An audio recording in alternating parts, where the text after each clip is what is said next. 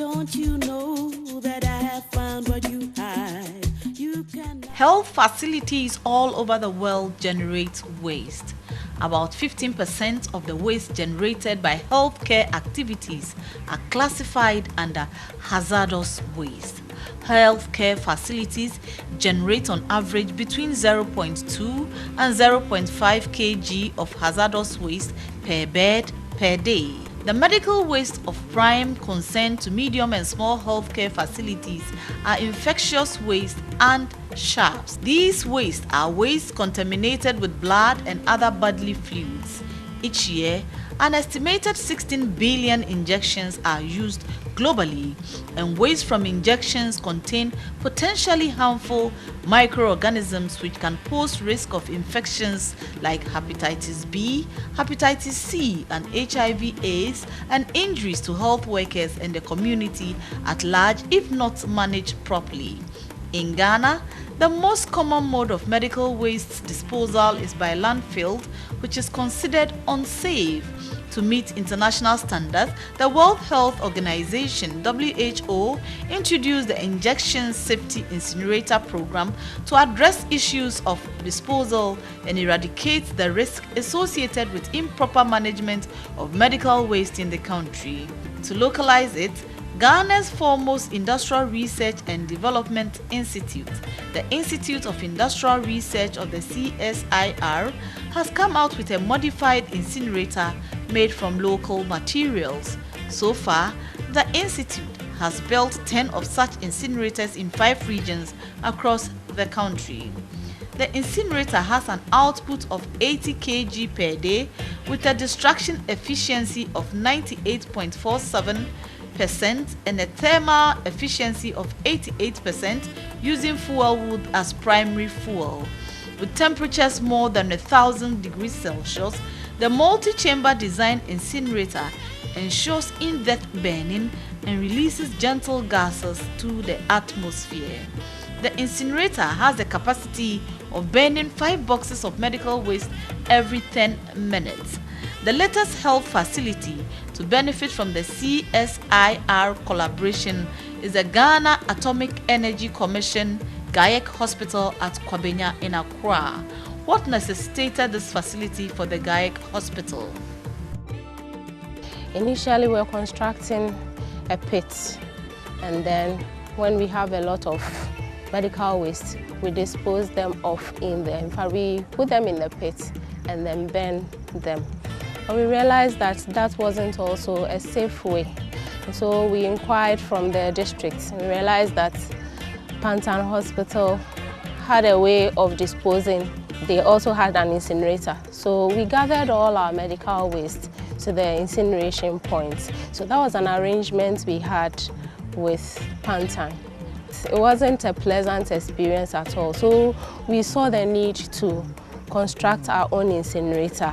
With that, we could do our own disposal of medical waste, of course, safely. And so we decided to take a tour of the districts. So we realized that one was at Abokobi. We inquired and then we were informed that it was CSIR that constructed it. So we made efforts to contact them, and today we have this incinerator complete. The incinerator was constructed at a cost of 37,000 Ghana cedis. A principal research scientist, Dr. Kisiedu Akufukumi, handed over the facility to the chairman of the hospital committee, Professor Geoffrey Emi Reynolds. Today, officially, we are handing over the project to the hospital. This is the manual which contains the operation of this equipment, which officers who are supposed to operate it have been trained. So on this day, we officially hand over to the hospital. Thank you.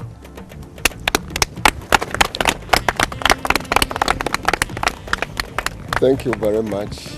I receive this and wish to, on behalf of the whole body, thank you very much for the construction and for putting it up in a way that we can operate. The training that you have offered to our colleagues is very much appreciated. And we believe that it will go a long way to help us treat our waste as it should be. Handlers of the incinerator have been trained to use and manage it professionally. The brain behind the construction of the incinerator is Dr. William Owusu-Oduro of the Institute of Industrial Research of the CSIR. There are 3 different chambers for this incinerator, and that is the novelty of the incineration process that this design presents to ways of managing medical waste, which is quite different from what exists presently in other parts of the country. Most incinerating facilities like this have a single chamber, which means that you generate all the heat within one chamber, and then you have effluents that go through a chimney and is released into the atmosphere. And because you have just one chamber, the retention time of the gases are very, very, very fast. And therefore, after or during the incineration process, you have a lot of pollution within that environment. And there is a risk of having what we call polycyclic aromatic compounds, which have been known to be carcinogenic materials that are released into the atmosphere. And that is the reason why many people are not fanciful about the use of incineration as a means of managing waste. This system has 3 chambers, and therefore, before the effluents get to the chimney, it would have gone through temperatures ranging from about 500 degrees Celsius to about 1,300 degrees Celsius. And therefore, what comes out is mainly carbon dioxide, water vapor, and a few what we call syn gases, which is hydrogen and then carbon monoxide, which would even recombine to form water and carbon dioxide. All that it means is that it is very environmentally friendly, and as you can see, within temperatures at which we are incinerating, it is a very ambient way by which you can stay. So you don't inhale a lot of the gases which would cause problems to the operator. The advantage of this to the previous open burning and then also the use of landfills to dispose of the waste is that you reduce the risk of reinfection from these medical waste. This design uses firewood because you could be operating in areas where it's quite remote and you don't have access to LPG or electricity. And fuel wood is something which is very, very common in Ghana. So any other clinic or hospital, no matter how remote it is from the national grid or places where they can have access to LPG, they can still operate by this. The GAIC Hospital began as a clinic for the atomic energy some decades ago, serving a small population.